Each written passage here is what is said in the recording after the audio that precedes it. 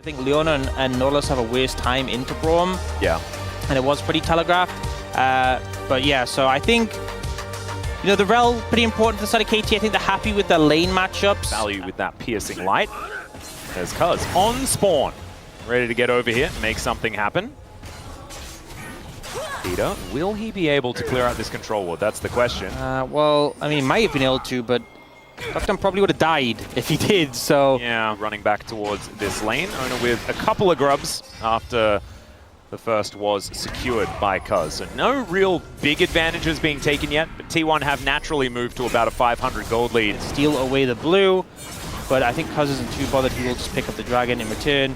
The fact that you got that one grub from the first set, you got the dragon, I think he's pretty happy with how things panned out. And it being an ocean dragon. Teams are going to be strong. And I feel like T1 right now is looking like a good moment as Faker wants to catch up and pick up Peter. Deadly Flourish doesn't find the mark though. And I think this Rel is just dead. Teleport to come in from the Rumble. There's a teleport also from the Galio that doesn't quite work out, but that Blast Cone is working out here. And Doctarm looking to try and turn this. Good knock up onto Doran there as the heroic entrance comes through. And now the taunt will set up for the 4th bullet. Doran still alive for so long as they take down the Galio. They get rid of the Viegos. Gumayusi is caught and thrown in under the turret, but they're unable to kill him. Faker is still at such high health, and BDD hits the floor. T1 walk away the huge victors in this fight, and Peter still wanting a little bit more off the back end. Don't think they're going to quite find it as Deadly Flourish, actually. Let's see whether Doctarm can do anything. As Owner going in one more time. Dancing Grenade value going to be pretty high, but not high enough as Peter hits the deck as well. KT wanted to find something in amongst it. I also think getting baited a good amount by some of the healing that like the Xin Zhao and the Ahri have in their kits and with the items, but you need follow-up, and when the only follow-up is the Jhin, who wasn't even that close. That equalizer positioning absolutely fantastic there by Doran as Cuz not quite able to do anything as Peter going to close in on Carrier, but they lose their Galio already. The curtain has been called as Gumayusi taking a bit of damage, but Cuz just having to get out of there. BDD wanting to be the hero, finds the Emperor's Divide, and they take down the Lucian. Shutdown comes in, and now Cuz has turned into a very, very powerful AD carry. It's just not quite enough to be able to get anything else done, and T1 still walk away feeling better. Even out at the Void Grubs. We don't have any feats of strength outside of the feats of warfare that T1 have put together so far, so still looking for first turret and still looking for these objectives. This is not going to get anything for anyone though, as they've shared. Turret likely to go down in the bot lane any second, so T1 should be able to secure those. I think Doran is just denying farm as best he can. Right, there it goes. It is farm. Cool new shoes now put together for T1. Is when second items start to come in for members of T1, that's when you really start to feel behind in the game. Yeah. KT still, they have a lot of wombo potential. I feel like there is some of these like big moment opportunities for a composition like this if they can get. I'm a little bit worried about the whole Hextech Soul situation. As Cuz looking for a potential gank onto Faker, but instead he just finds the entirety of T1 and dies. The Galio comes in, Gumayusi will get knocked up. Peter's alongside him, Emperor's Divide picks up Guma, but he dashes his way out. He looks like he's going to be safe as Doctarm actually flashing in to get on top of him. The equalizer does a lot of damage, but so does BDD. Faker trying to get out of there, Doctarm. He needs another bullet, but does not have it. And KT now just running for the hills. In the meantime, Owner is just destroying KT's stuff. With the Viego dead as well, you just don't have the throughput in these longer fights. Yep, Owner is now going to utilize that time spent on the bottom side to do a lot of damage here to Peter and casting. Great knock-up with the crash down from Peter. Will keep casting alive at least as Doran tanks up the turret for a long time. Cuz wanting to make his way in, waste no time as he flashes forward. This could be some resets.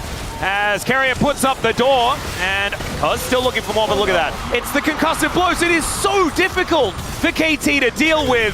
As the bullets coming on through their great dash to bait in casting from Gumayusi. Just be set up as there's a shattering strike. Okay, Owner taking a lot of damage. Heartbreaker comes forward. Cuz is now another jungler as he looks to get on top of Carrier. Great knock-up just to interrupt. And now the resets fly through. Doran, though, gets the equalizer down. BDD is going to greet him as Deadly Flourish will go wide. Look at how low these health bars are as the Otacon is looking terrifying. And that is 2.5k kills for BDD. Congratulations. It's still a really hard game. You're going to fight, but the rest of the team needs to make something happen quickly. Yep. Casting can always get in if someone does decide to go for an engage. That looks like it's going to be Peter. Let's see whether he can get the angle as Cuz gonna get blocked off the equalizer. Great position to keep the Viego out as Peter is actually out of there. He steals a heal! How the heck did he even get in? He's gonna withdraw as well, and I think that KT will say, Worth, you do not need to fight. You do not need to fight. You don't suffer as much if you die. Oh, really? Yeah, so I'm a little bit concerned for KT right now, but... Are you sure? Because I've seen our players play as, okay, this is looking a bit stronger. Doran is just dead. He had no equalizer, of course, so at least it's not that T1 weren't able to utilize it, but now they will be able to collect themselves the dragon, and incrementally, KT are finding little advantages to bring them back into this game. Definitely gives you a confidence boost. Peter's dead. Well, he's not dead. Emperor's Divide is going to deliver Owner as well. Let's see what they can find here as he's dueling against Cuz. Owner able to flash out, though, denies the reset as Carrier does fall. Still, it's a gorgeous charm there from Faker, who's just keeping control of this Galio, and everyone is going to be withdrawing.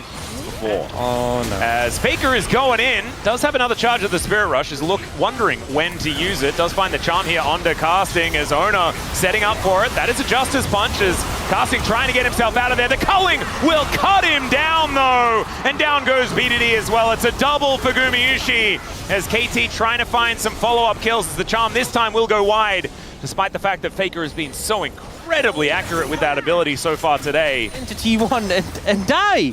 And I just don't understand it. I feel like they'd really put themselves in a position where, as much as the game wasn't in a good spot, it wasn't fully cooked yet. So often teams are like, okay, the AD carries a whole item on ours. They don't understand what weakness is, Orcs. That's how it works. You're so right. Equalizer goes down. There's a Glacial Fissure as well as Faker. Gorgeous wraparound, and you kill the Viego, and you cut the legs out from under KT. Now they just have to wait. Inner turret does fall down. They invest a bit in order to get it, but they will get so much for that investment. The returns are looking good as they take down the first inhibitor of the game. And T1, this game one, looking definitely like they have it in the bag. Still taking a bit of damage here. BDD does need to be respected, but it looks like that's exactly what T1 are going to do. They will take down this inhibitor turret at the same time as Faker once again throws out the ulti. This time doesn't hit the charm, but he doesn't have to. So much damage done to the base here. And now they can just back away. Dragon up at 30 seconds. They could probably reset before that with the Barons. So it was all planned. You need to buy, like, okay, never mind. They are so far away from their base. And now T1 are looking to cut them down once again. Casting in an awkward spot. Magnet Storm connects onto just Faker as now Owner goes in and buys so much space. Casting able to flash his way out, but Owner is able to follow him. Doran goes golden in the nick of time as well as KT are just losing members one after the other. But BDD finding a huge shuffle. Oh, Gumayusi, my God, the damage is absurd. And BDD is still here. The Sand Soldiers are set up and he goes golden just in time. But he is the last man and BDD cannot do it alone. That's what we've been learning this whole year.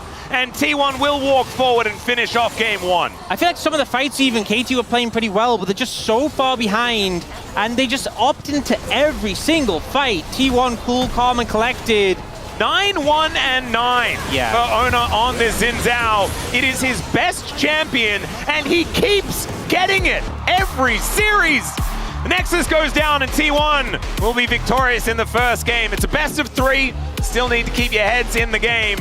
This is, I think when we load into this game, people are going to look at the teams and be like, how the heck did this draft even happen? Yeah. They're looking for, I mean, this is Elise, she's great at diving. All right, see where the carrier is going to go down. Remember, doesn't have his flash available. Good handshake does come on through. The bailout comes down, and Elise, like you say, good at diving. And so that is going to be first blood going over to Doctom. Okay, this is good moves coming out. Oh. Meanwhile, on the other side of the map, an Infernal Chain is going to land, and he doesn't pick up the turret aggro. So like you were saying, turret is going to reset. Flash comes out finally here as Owner going to have to flash and does survive. Levi getting off to a good start, but still, I mean, it could be worse. It definitely could be worse. That, you know, you've never said throw wins. It definitely could be in a worse position. They will be able to pick up the City Dragon, though. And again, it's an Ocean Dragon. Nice one to get in the early levels for that extra sustain. Yep, and no one's around the Grots just yet as well. And so they get the Drake without having to sacrifice too much. So we'll see if they can make it work. Yeah, Peter going to come on over. They find the Cocoon onto Gumayusi. He's taking a lot of damage. Does have the bailout as Cuz Gonna have to get out of there as well. There's the repel, and Peter is gonna get Fate's called back. Guma able to go down there as it is Cuz picking up the kill. BDD moving over, another Cocoon, grasping more, and Peter is taking control of this bottom lane. BDD loses half of his health bar, and Ona says, I know what time it is. They're ganking my bottom lane. I'm killing casting again. Let's see whether he can actually get this one down as Doran goes in, finds the slice and dice. He's tanking up that turret, and down goes the Aatrox. Managed to get the plate money, as we see there. Carrier now, hostile takeover available. As Cuz looking to grab some grubs. First round were secured there by T1. And T1 going to be able to get themselves the dragon. So, Mountain sold here in our second game. I find it so hard to stay positive, Ox. I'm really struggling. Really trying. Yeah.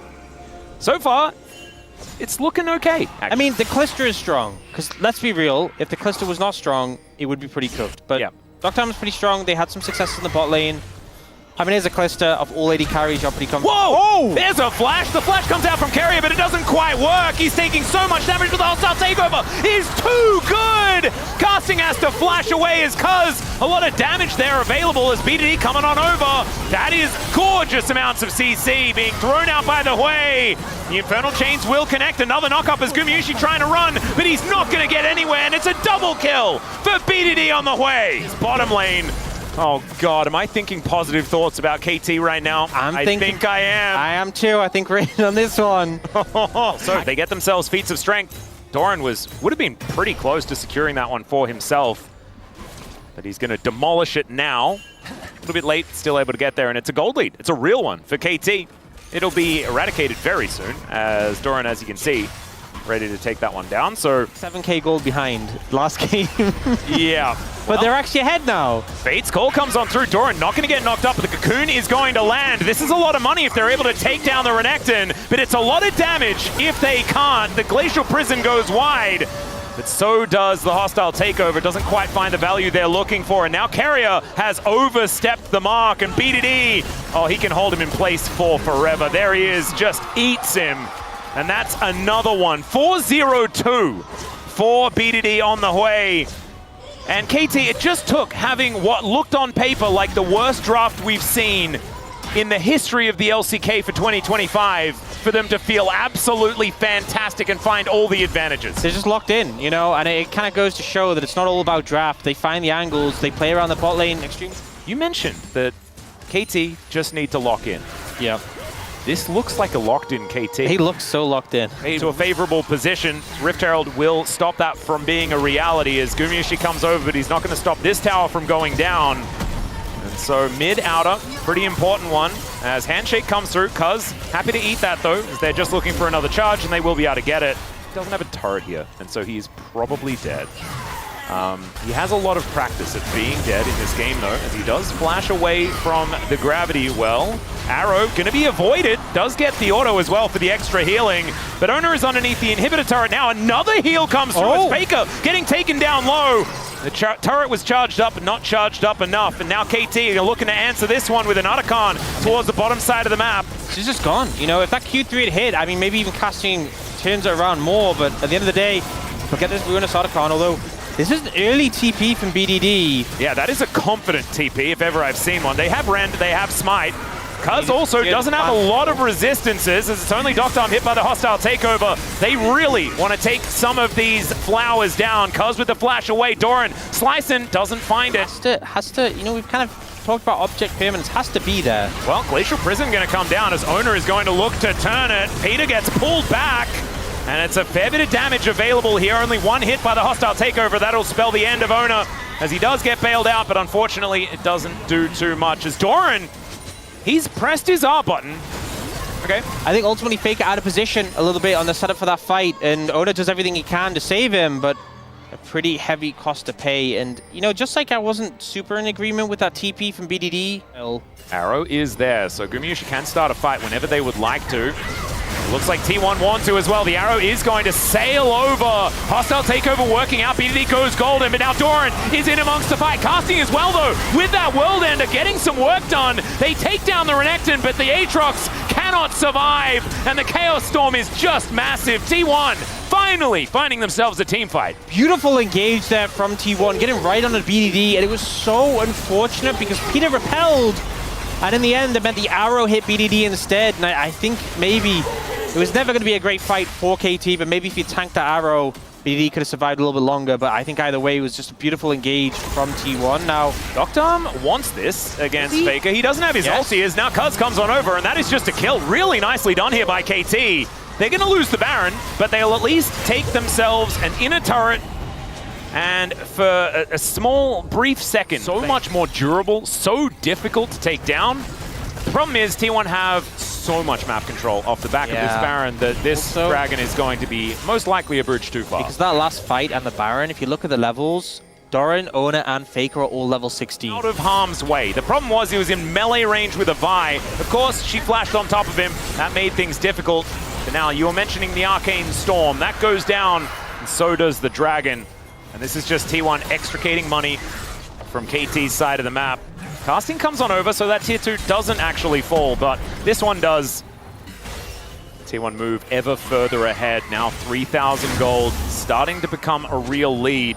They are going to start at the Baron. Oh god.